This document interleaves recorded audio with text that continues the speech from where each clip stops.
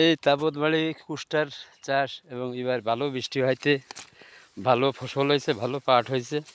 তবে মাঝখানে একটা ভুঁই আছে, তিলের ভুঁই।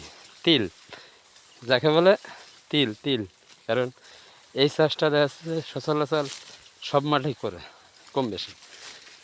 তো তিলটা ভালোটা চাষ, ভুঁইতে ভালো জৌ থালি কিংবা ভুঁই ভালো ভিজা থালি আপনার এই তিলটা সুন্দরভাবে হয়।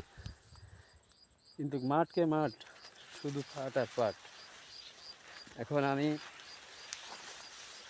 এলাকা পরিদর্শনে আসলাম। একসময় যে সময় ফিল্ড ভালো ছিল সেই সময় আমরা এক পরিদর্শনে এসে লোকের বীজ দিতাম, ভালো নির্দেশনা দিতাম। তা সেই নেশাটা আছে বলে আপনার মাঠে নামিয়েছি। তা আপনারা তো ভাববেন না যে কি ভদ্রলোক মাঠে কেন, কিন্তু মাঠে গেলি, মাঠে বেড়ালি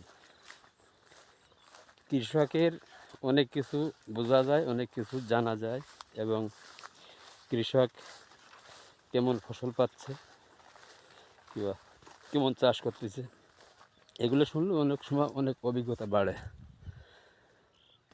যার কারণে দেখা যাচ্ছে যে আমি আইছি। খুদা হাফেজ।